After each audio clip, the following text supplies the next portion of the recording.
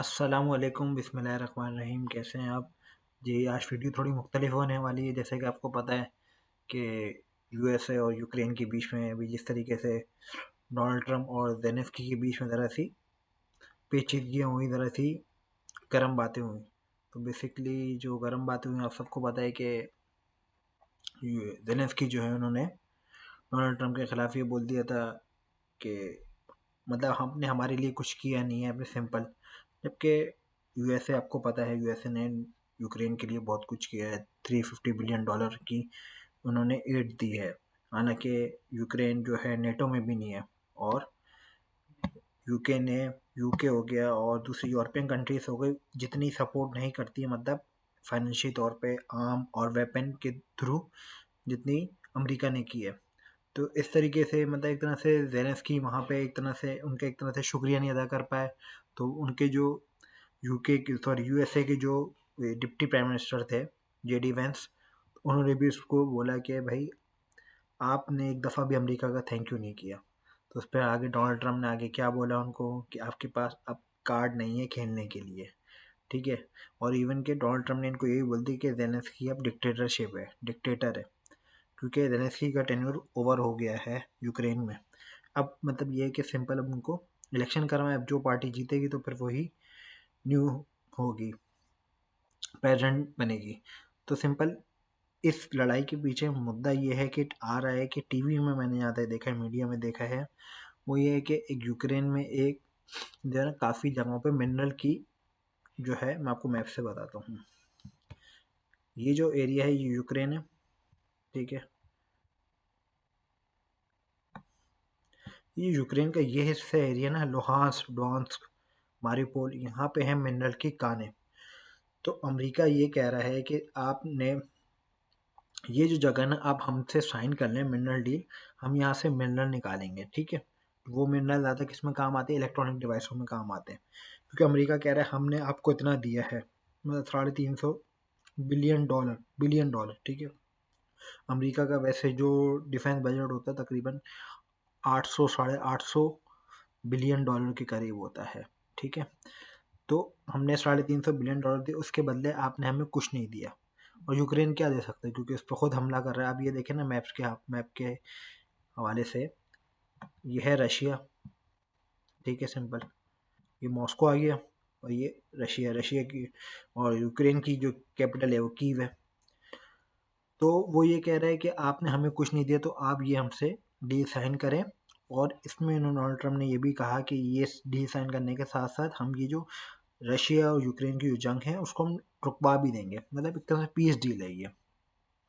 और हमने जो आपको मतलब इसके पैसे दिए, आप उसके बदले आप हमें ये खान तक अपनी रसाई दें। और हमारे जब लोग वहाँ पे काम करेंगे, हमारी कंट्री, वो मतलब हमारी कंपनी काम करेगी आपकी कंट्री में, तो यूएस सिटीजन होंगे, तो हमारी एक जिम्मेदारी भी बन जाएगी उनके सिक्योर करना। तो इस तरीके से लॉन्ग टर्म आपको फ़ायदा भी होगा कि आपकी सिक्योरिटी भी सही रहेगी, और आपके मुल्क में रोज़ी के मौके भी मिलेंगे आपके लोगों को, मतलब काम के लिए जगह भी मिल जाएंगी। तो इस तरीके से तो ज़ेलेंस्की ने कहा नहीं, अभी नहीं, मतलब इस तरीके से उन्होंने कि मतलब वो ऊपर से हावी होने लगे। तो फिर वो बीच में बात ख़राब हो गई। फिर वो सिंपल अगले ही दिन फिर वो यूके चले गए।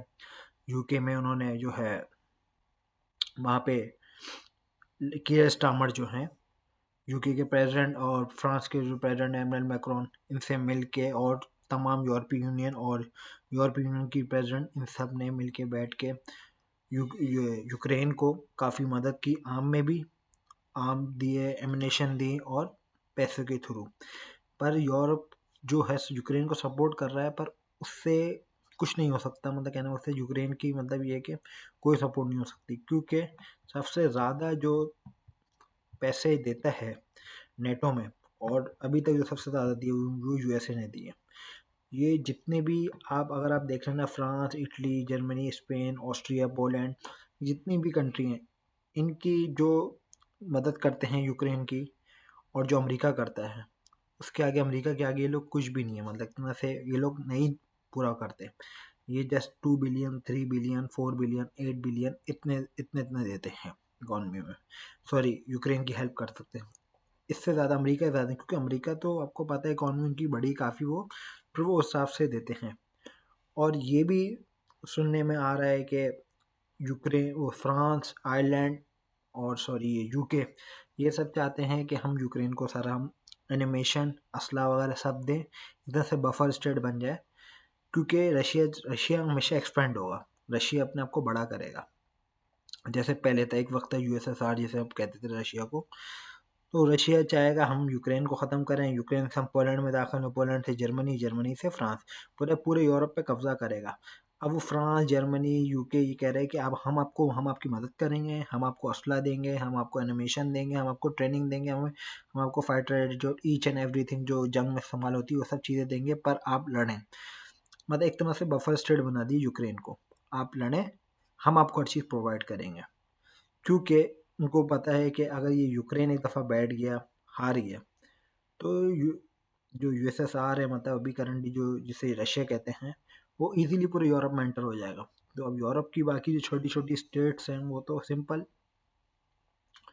क्रोएशिया, हंगरी, स्लोवाकिया, स्लोवेनिया, इनकी इतनी इकॉनमी नहीं है, इतनी बड़ी नहीं है ये।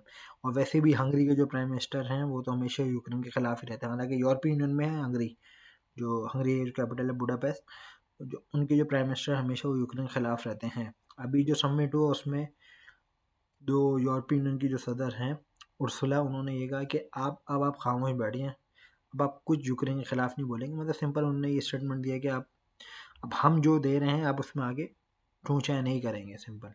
तो इस तरीके से यूएसएसआर जो है, रशिया पूरे यूरोप पे कब्जा करना चाहता है, पर यह है कि अब अमेरिका पे नहीं कर सकता। क्योंकि यहाँ पे जो नॉर्थ अटलांटिक ओशन है ना, यहाँ पर अमेरिका की जो न्यूक्लियर जो होती हैं, न्यूक्लियर सिस्टम नफ्स हुआ हुआ है यहाँ पे एयरक्राफ्ट कैरियर के अंदर। एयरक्राफ्ट कैरियर यहाँ पे अमेरिका के यहाँ पे फ्लीट होती है, नेवल फ्लीट, वो पेट्रोलिंग करते रहते हैं कि यहाँ से कोई हमला तो नहीं आ रहा है। कनाडा से अमेरिका की बहुत अच्छी दोस्ती है, मैक्सिको से भी अच्छी दोस्ती है, वहाँ से तो कुछ मसला नहीं हो सकता।